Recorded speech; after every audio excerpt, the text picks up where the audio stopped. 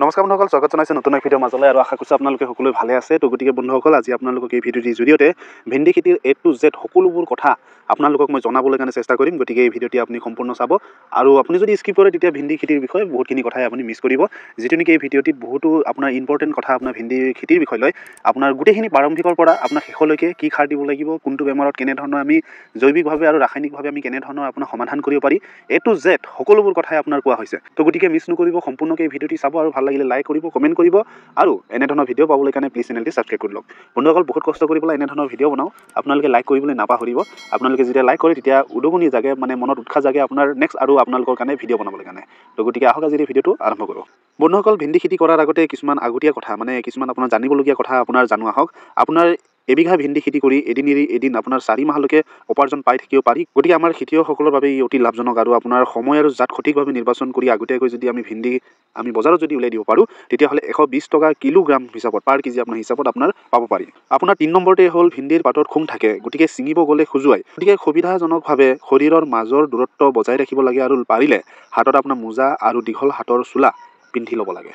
বন্ধুসকল, 4 নম্বৰ কথাটো হ'ল আপোনাৰ কিছুমান ভেন্দি গছ ওখ হৈ গৈ থাকে, ফলত কেইমাহমান ছিঙাৰ পাছত মানুহে ঢুকি নোপোৱা হৈ পৰে।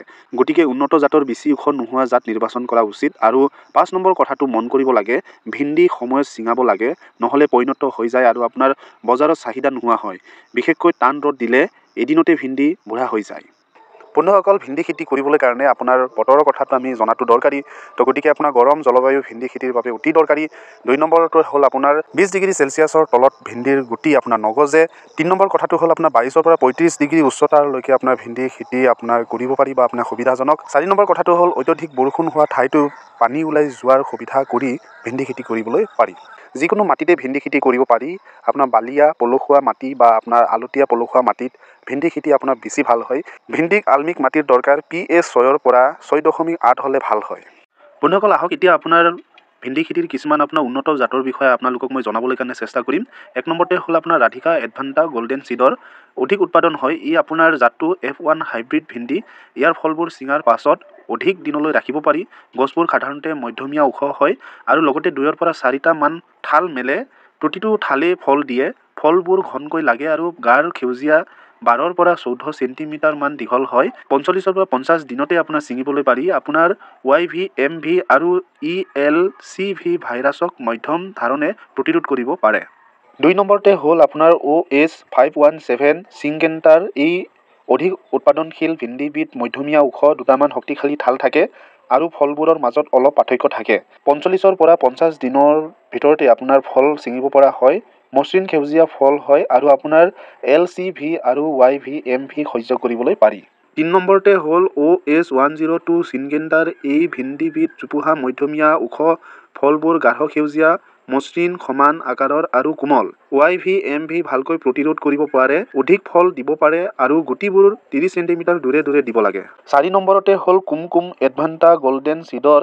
ই ৰঙা ৰঙৰ ভেন্দিবিধ অন্য ভেন্দিতকৈ অধিক পুষ্টিকৰ দ্ৰব্য থকা বুলি কোৱা হৈছে। মধ্যমীয়া ওখ গছবিলাকৰ পাববোৰ চুটি, কেইটামান ডাল মেলে, পাতবোৰ কটা কটা থাকে। ELCV আৰু YVMV দুয়োবিধ ভাইৰাছ প্ৰতিৰোধী কৰিব পৰা ক্ষমতা থাকে। ফলবোৰ ৰঙা ৰঙৰ, পাঁচখিৰাযুক্ত আৰু খাবলৈ সুস্বাদ লগা। 5 নম্বৰতে JKOS1054 JK চিডৰ। এই ভেন্দি ফলবোৰ সেউজীয়াৰ পৰা গাঢ় সেউজীয়া জিলিকি থকা হয়। গছবিলাক জোপোহা, পাববোৰ বহুত চুটি হয়। 45 পৰা 50 দিনৰ ভিতৰতে আপোনাৰ ছিঙিব পৰা হয়। ফলবোৰ ছিঙিব পৰা হয়। YVMV আৰু ELCV ভাইৰাছ প্ৰতিৰোধৰ ক্ষমতা থাকে। 6 নম্বৰতে হ'ল নাভিয়া এডভেণ্টা গোল্ডেন চিডৰ। অধিক উৎপাদন দিব পৰা এই F1 হাইব্ৰিড ভেন্দিৰ গছবিলাক জোপোহা 2 পৰা 3টা ঠাল মেলে। ফলবোৰ গাঢ় সেউজীয়া, জিলিকি থকা, সহজে ছিঙিব পৰা আৰু সোনকালে ছিঙিব পৰা। 40 পৰা 42 দিনৰ ভিতৰতে আপোনাৰ ছিঙিব পৰা হয়। 12 পৰা 14 চেণ্টিমিটাৰ দীঘল, ফলবোৰ 1.5 পৰা 1.8 চেণ্টিমিটাৰ বহল। YVMV ভাইৰাছক প্ৰতিৰোধ কৰিবলৈ পৰা ক্ষমতা থাকে। 7 নম্বৰতে হ'ল জাহ্নভী VNR কোম্পানীৰ। এই ভেন্দিবিধ ঘনকৈ লগালে অধিক উৎপাদন পোৱা যায়। গাঢ় সেউজীয়া কোমল ফলবোৰ 8 পৰা 12 চেণ্টিমিটাৰ দীঘল আৰু 1.2 পৰা 1.5 চেণ্টিমিটাৰ বহল হয়। ELCV প্ৰতিৰোধীৰ ক্ষমতা থাকে। মধ্যমীয়া আক্ৰমণত YVMV ভাইৰাছে ফলক ক্ষতি নকৰে, ডাল কম থাকে। 8 নম্বৰতে হ'ল NS862 নামধাৰী চিডৰ এই হাইব্ৰিড ভেন্দি গছবিধ মধ্যমীয়া ওখ আৰু 2ৰ পৰা 4টা ডাল থাকে। ফলবোৰ ঘনকৈ লাগে, গাঢ় সেউজীয়া, কোমল আৰু 5ডাল শিৰা থাকে। 45ৰ পৰা 50 দিনৰ ভিতৰতে আপোনাৰ ফল হয়। 9 নম্বৰত হ'ল নুন হিমছৰ এই ভেন্দি গছবিলাক ওখ হয়। YVM ভাইৰাছ প্ৰতিৰোধৰ ক্ষমতা থাকে।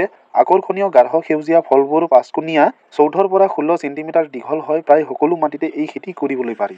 10 নম্বৰতে হ'ল মাহী 28 মাহিকো কোম্পানীৰ এই ভেন্দিবিধ YVMV ভাইৰাছ প্ৰতিৰোধৰ ক্ষমতা থাকে আৰু সোনকালে ছিঙিব পৰা। 45ৰ পৰা 48 দিনৰ ভিতৰতে ছিঙিব পাৰি আৰু অধিক উৎপাদনো দিব পাৰা। ফলবোৰৰ কোমলতা ছিঙাৰ পাছতো বেছি দিনলৈ ৰাখি থ'ব পাৰি। স্থানীয় বজাৰ বা আপোনাৰ দূৰলৈকে আপোনাৰ পঠিয়াবলৈ সুবিধা হয়। 11 নম্বৰতে হ'ল পোচা চাৱানী, গা গছ আৰু পাতবোৰত মাজলীয়াকৈ শুং থাকে। ওপৰৰ পাতবোৰ বেঙুনীয়া, গা গছজোপাও পাতলীয়াকৈ বেঙুনীয়া ৰঙৰ হয়। ভেন্দিবোৰ মিহি আৰু সেউজীয়া ৰঙৰ। প্ৰায় সকলো সময়তে এই ভেন্দি খেতি কৰিবলৈ পাৰি। বন্ধুসকল 12 নম্বৰত আপোনাৰ আৰ্কা অনামিকা, 13 নম্বৰত পাৰভানী ক্ৰান্তি, 14 নম্বৰত ৰেড আণ্ডাৰ, 15 নম্বৰ পঞ্চশিৰা। এই আপোনাৰ 15টা জাতৰ বিষয়ে আপোনালোকক জনালোঁ। তো ইয়াৰ উপৰিও বজাৰত আপোনাৰ বহুতো উন্নত জাতৰ আপোনাৰ বীজ পোৱা যায়, কঠীয়া পোৱা যায় বা ভেন্দিৰ জাতসমূহ পোৱা যায়। গতিকে আপোনালোকে সেইবোৰকো ভাল জাতৰ কঠীয়া আপোনালোকে লগাব পাৰি। বন্ধুসকল মূল পথাৰৰ প্ৰস্তুতি আমি কৰিবলৈ কাৰণে মূল পথাৰখন 2 বা 3 বাৰ হাল বাব লাগে আৰু প্ৰতিবাৰ হাল বাই মাটি আপোনাৰ শুকুৱাই ল'লে ভাল হয়। মাটি গুৰি কৰি ল'ব লাগে যাতে শিপাই ভালকৈ উশাহ ল'ব পাৰে। বন্ধুসকল সাৰ প্ৰয়োগৰ বিষয়ে জানো আহক। পাচন সাৰ প্ৰতি বিঘাৰ বাবে আপোনাৰ 1.5 টন মানৰ প্ৰয়োজন হয় আৰু আপোনাৰ 7 কিলোগ্ৰাম ফছফৰাছ, 7 কিলোগ্ৰাম নাইট্ৰজেন আৰু 7 কিলোগ্ৰাম পটাছ প্ৰতি বিঘাৰ বাবে প্ৰয়োজন হয়। সম্পূৰ্ণ পৰিমাণৰ পাচন সাৰ, ফছফৰাছ আৰু পটাছ আৰু আধা পৰিমাণৰ নাইট্ৰজেন শেষৰ বাৰৰ বাবে মাটি চহোৱাৰ সময়ত মাটিত মিহলাই দিব লাগে। বাকী অংশ নাইট্ৰজেন বীজ সিঁচাৰ 35ৰ পৰা 40 দিনৰ ভিতৰত টপ ড্ৰোন হিচাপে ব্যৱহাৰ কৰিব লাগে। বীজৰ পৰিমাণ সাধাৰণতে বজাৰৰ পৰা অনা বীজ ঘনাই সিঁচি পাছত পাতলাই দিয়া হয়। সেইবোৰৰ অংকুৰণ সকলো গুটিৰে নহয়। তদুপৰি গছজোপাৰ বেলেগ ডাল নাহে, গতিকে পোনে পোনে ওখ হৈ গৈ থাকে। গতিকে অধিক পৰিমাণৰ বীজৰ দৰকাৰ হয়। জানুৱাৰীৰ পৰা মাৰ্চ মাহৰ ভিতৰত সিঁচিবৰ বাবে 6.5 কিলোগ্ৰাম বীজ প্ৰতি বিঘাৰ বাবে প্ৰয়োজন হয়। হাইব্ৰিড বীজসমূহ পাতলকৈ দিয়া হয়। হাইব্ৰিড গছবিলাকৰ 2 বা তাতোধিক ডাল থাকে, গতিকে অধিক ঠাই লাগে। ভেন্দি সাধাৰণতে গাঁঠিবোৰতহে লাগে, গতিকে পাববোৰ যিমানে চুটি হয় সিমানে বেছি ভেন্দি উৎপাদন হয়। হাইব্ৰিড ভেন্দিৰ পাববোৰ চুটি হয়, সেয়েহে অধিক উৎপাদনৰ বাবে বেছি দূৰকৈ শিপা যায় আৰু পাতলকৈ দিব লাগে, গতিকে কম গুটিৰ দৰকাৰ হয়। বীজ সিঁচাৰ পদ্ধতি 1 নম্বৰতে কিছুমান খেতিয়কে বীজ সিঁচি দি ময়াই সমান কৰি দিয়ে। এই পদ্ধতিত কিছুমান অসুবিধা হয়। ভেন্দিৰ গুৰিৰ মাটি ঢিলাই দিবলৈ খুৰপি বা পাতল কোৰ ব্যৱহাৰ কৰিব নোৱাৰি। গুৰিৰ মাটি চপাই দিবলৈ অসুবিধা হয়। তদুপৰি ছিঙিবলৈ অসুবিধা হয়, গতিকে এই পদ্ধতিত বেছি উৎপাদন পাব নোৱাৰি। শাৰী শাৰীকৈ গুটি দিয়া এই পদ্ধতিত নাঙলেৰে শিৰলু কাটি তাত গুটিবোৰ দিয়া হয়। তাৰ পাছত পাতলকৈ মাটি দিয়া হয়। চিডাৰ মেচিনৰ ব্যৱহাৰ কৰিও কম সময়তে শাৰী শাৰীকৈ নিৰ্দিষ্ট দূৰত্বত গুটি দিব পাৰি। আজিকালি মালচিং ব্যৱহাৰ কৰিও গুটি দিয়া দেখা যায়। বন্ধুসকল শাৰীৰ পৰা শাৰী আৰু গুটিৰ পৰা গুটিৰ দূৰত্বৰ বিষয়ে জানো আহক। 1 নম্বৰতে দেশী জাতৰ ভেন্দি গছৰ অধিক উৎপাদনৰ বাবে শাৰীৰ পৰা শাৰীৰ দূৰত্ব কমেও 1 ফুট ৰাখিব লাগে, যাতে কোৰ মাৰিব বা মাটি তুলিবৰ সুবিধা হয়। 2 নম্বৰতে হাইব্ৰিড ভেন্দিৰ বাবে শাৰীৰ পৰা শাৰীৰ দূৰত্ব কমেও 1.5 ফুট ৰখা দৰকাৰ। গছ বঢ়াৰ লগে লগে তলৰ পৰা বাঢ়ি অহা ঠালৰ পৰা হাউলি ভেন্দি ছিঙিবলগীয়া হয়, যাৰ বাবে কমেও 1.5 ফুট দূৰত্ব লাগে। তদুপৰি গুটিৰ পৰা কমেও 1 ফুট দূৰত দিব লাগে। বন্ধুসকল বীজ সিঁচাৰ সময়ৰ বিষয়ে জানো আহক। সাধাৰণতে ভেন্দিৰ গুটি গজিবলৈ 20 ডিগ্ৰীৰ ওপৰৰ তাপমানৰ দৰকাৰ হয় উজনি অসমত বা পাহাৰৰ ওচৰৰ ঠাইত। সেয়েহে ফেব্ৰুৱাৰীৰ প্ৰথম গৰম পৰোঁতে গুটি দিব পাৰি। আনহাতে নামনি অসমৰ কিছুমান ঠাইত জানুৱাৰীৰ শেষৰ ফালেও দিব পাৰি। 2 নম্বৰতে শেহতীয়া খেতিৰ বাবে জুন জুলাই মাহত বীজ সিঁচিবলৈ পাৰি। 3 নম্বৰতে ভেন্দি খেতি কৰি অধিক দাম পাবৰ বাবে নৱেম্বৰ মাহৰ শেষৰ পিনে ভাল জাতৰ হাইব্ৰিড ভেন্দি গুটি দিয়া দেখা যায়। ডিচেম্বৰ জানুৱাৰী মাহত গছবোৰ ঠাণ্ডাত নাবাঢ়ে, কিন্তু ফেব্ৰুৱাৰী মাহৰ প্ৰথম গৰম পৰাৰ লগে লগে গছত ফল লাগিব আৰম্ভ হয়। প্ৰথম ঠাণ্ডাত ফুল সৰি গ'লেও পিছৰ বাৰৰ পৰা ফল লাগিব আৰম্ভ কৰে। ঠাণ্ডাৰ মাহকেইটাত গছৰ ভালকৈ যতন ল'ব লাগে। ফেব্ৰুৱাৰীৰ আৰম্ভণিতে ভেন্দি 100 টকা কিলোগ্ৰামতকৈ অধিক দাম বিক্ৰী হোৱা দেখা যায়। বন্ধুসকল আমি কেনেধৰণৰ শোধন আৰু অংকুৰিত কৰিব লাগে সেই বিষয়ে জানো আহক। 1 নম্বৰতে জৈৱিকভাৱে শোধনৰ বাবে 4 গ্ৰাম ট্ৰাইকড্ৰামা ভেৰিডি বা 10 গ্ৰাম চিউডোমনাছ ফ্লৰেচন প্ৰতি কিলোগ্ৰাম বীজৰ বাবে ব্যৱহাৰ কৰিব লাগে। পানীত ট্ৰাষ্ট আঠা বা মাকৈৰ গুড়ি মিহলাই 6 ঘণ্টা তিয়াই থ'ব লাগে। লগতে 40 গ্ৰাম এজোস্পিৰিলম ব্যৱহাৰ কৰিব পাৰি। তাৰ পাছত 20 মিনিটৰ বাবে বীজসমূহ ঠাণ্ডাত শুকুৱাই ল'ব লাগে।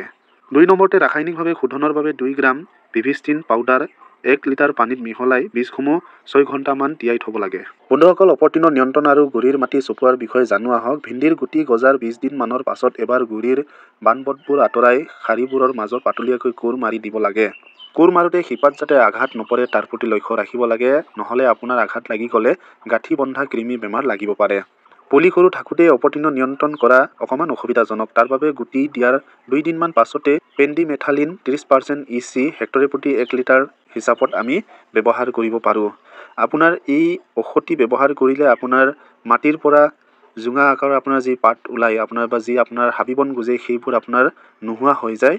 কিন্তু স্প্ৰে কৰাৰ পাছত যাতে আমি খোজ কাঢ়িব নালাগে তাৰ প্ৰতি লক্ষ্য ৰাখিব লাগে। 8ৰ পৰা 10 মিলিমিটাৰ প্ৰতি লিটাৰ পানী বা 150 মিলিলিটাৰ প্ৰতি 16 লিটাৰ টেংকত আপোনাৰ মিহলাই পেলাই স্প্ৰে কৰিব লাগে। 3 নম্বৰতে গুটি গজাৰ 40 দিনমানৰ পাছত কোৰেৰে গুৰিত মাটি চপাই দিব লাগে। কোৰ ব্যৱহাৰ কৰোঁতে সাৱধান হ'ব লাগে যাতে শিপাই আঘাত নাপায়। বন্ধুসকল, শস্য চপোৱাৰ বিষয়ে জানো আহক। ভিন্দি খেতিত ভিন্দি ছিঙাটো অতি গুৰুত্বপূৰ্ণ কথা। 2 নম্বৰতে প্ৰতি 1 দিনৰ অন্তৰে অন্তৰে ভিন্দি ছিঙিব লাগে। 3 নম্বৰত বেছি ৰ'দ দিলে দৈনিকো ছিঙিবলগীয়া হ'ব পাৰে। ভিন্দি নিছিঙিলে বুঢ়া হৈ যায় আৰু বজাৰ পাবলৈ অসুবিধা হয়। ৰাতিপুৱাতে ভিন্দি ছিঙিব লাগে কাৰণ সেই সময়তে কম ৰ'দ থাকে। 4 নম্বৰত ভিন্দি ছিঙাৰ পাছত পানীত তিতিব দিব নালাগে, পানী লাগিলে ভিন্দি ক'লা হয়। 5 নম্বৰত ছিঙাৰ বাবে দীঘল চোলা পেণ্ট লগাব লাগে আৰু হাত মোজা ব্যৱহাৰ কৰিব লাগে। 6 নম্বৰত গছ বঢ়াৰ লগে লগে গুৰিৰ বুঢ়া পাতবোৰ কাটি দিব লাগে। এই পাতবোৰে বেমাৰ বীজাণুৰ দ্বাৰা সহজে প্ৰভাৱিত হয়।